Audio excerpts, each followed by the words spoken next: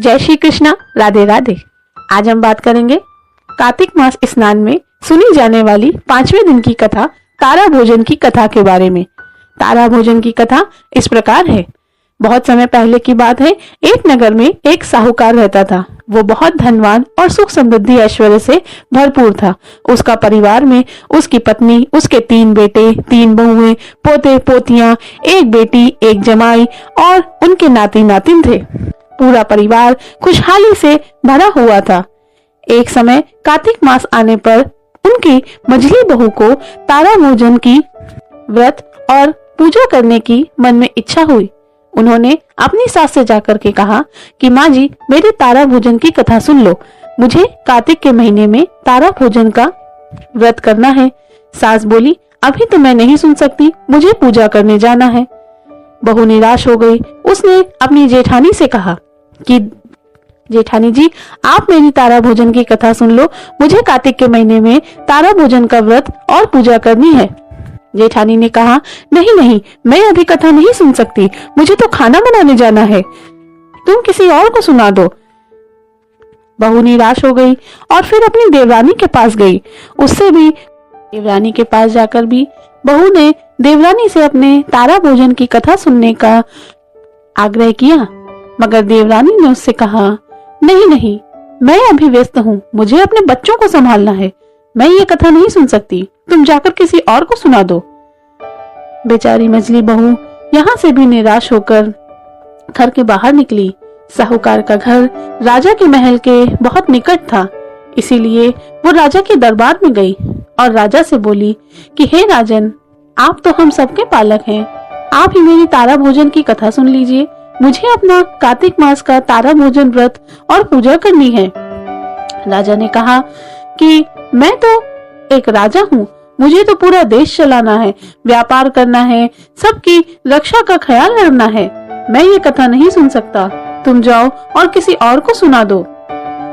बेचारी मझली बहू यहाँ से भी निराश हो गई और जब महल से बाहर निकली तब उसने देखा कि उसकी पड़ोसन तालाब से पानी भरकर अपने घर को जा रही थी। उसने अपनी पड़ोसन से कहा कि बहन, तुम मेरी तारा भोजन की कथा सुन लो, मुझे कार्तिक मास में तारा भोजन की पूजा और व्रत का पालन करना है। पड़ोसन राजी हो गई। तब दोनों ने वहीं तालाब किनारे बैठकर तारा भोजन की पूजा, कथा और अपने संकल्प तथा पूजा करी। इसके बाद दोनों लोगों ने पूरे कार्तिक मास नियम पूर्वक तारा भोजन की पूजा, कथा और व्रत का पालन किया। इसके बाद कार्तिक पूर्णिमा के दिन जब मझली बहू ने अपने व्रत का पालन किया, ठीक उसी समय उसके जीवन का अंतिम क्षण आ गया। भगवान श्री कृष्ण ने उसे बैकुंठ यानी स्वर्ग का वास देने के लिए अपना एक देवदूतों से सज्जित विमान भेजा। विमान जब धरती पर आया और मछली बहू उस विमान में जाकर सवार होने लगी, तब उसकी सास उसके पीछे पीछे दौड़ी दौड़ी आई और बोली कि मुझे भी अपने साथ ले चलो।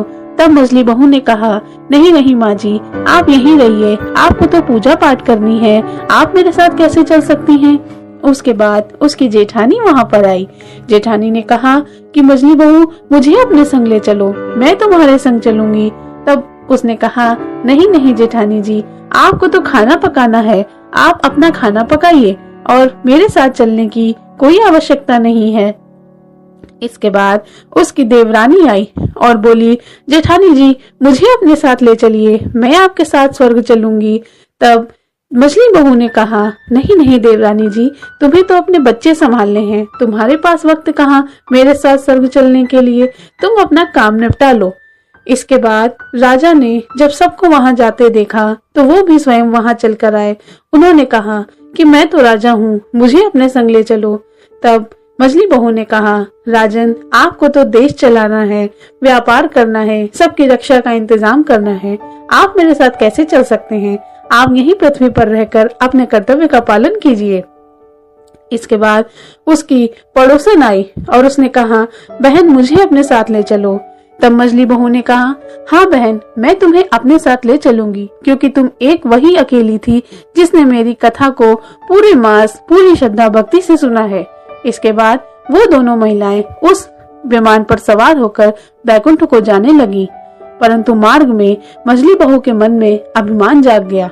उसको लगा कि मैंने तो पूरे मास व्रत किया, पूजा करी, कथा कही और मुझे बैकुंठ का वास मिला, स्वर्ग जाने का अवसर मिला, मगर मेरी पड़ोसन ने तो सिर्फ मेरे कहने पर यह कथा सुनी है। इसका मतलब उसे सिर्फ मेरे और मेरे ही कारण ये स्वर्ग का वास मिल रहा है।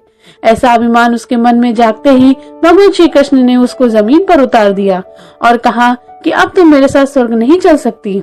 उसने पूछा, भगवान मुझसे क्या गलती हो गई? तो भगवान ने कहा, तुम्हारे मन में अभिमान जाग गया है कि तुम्हारे कारण किसी दूसरे को स्वर्ग जाने का अवसर मिल रहा है।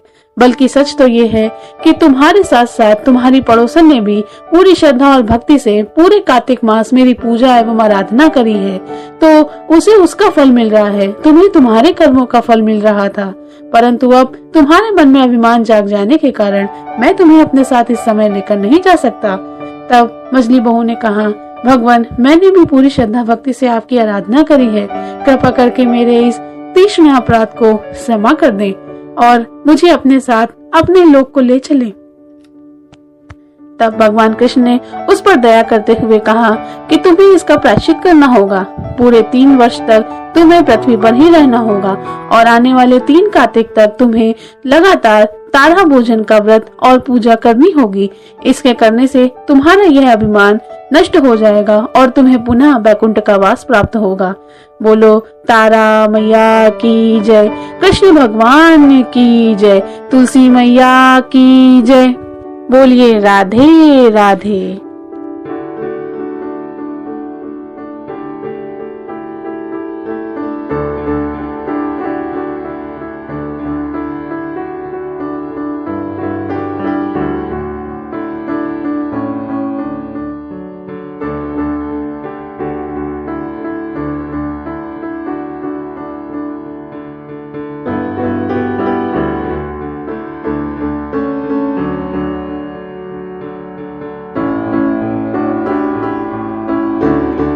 हे भगवान, जैसे आपने उस मछली बहू के अपराधों को क्षमा किया, उसे बैकुंठ का वास दिया, उसी प्रकार आपकी ये कथा सुनने वाले, कहने वाले, हुकारा भरने वालों की भी सभी इच्छाओं को पूरा करना और सबका घर सुख समृद्धि से भर देना।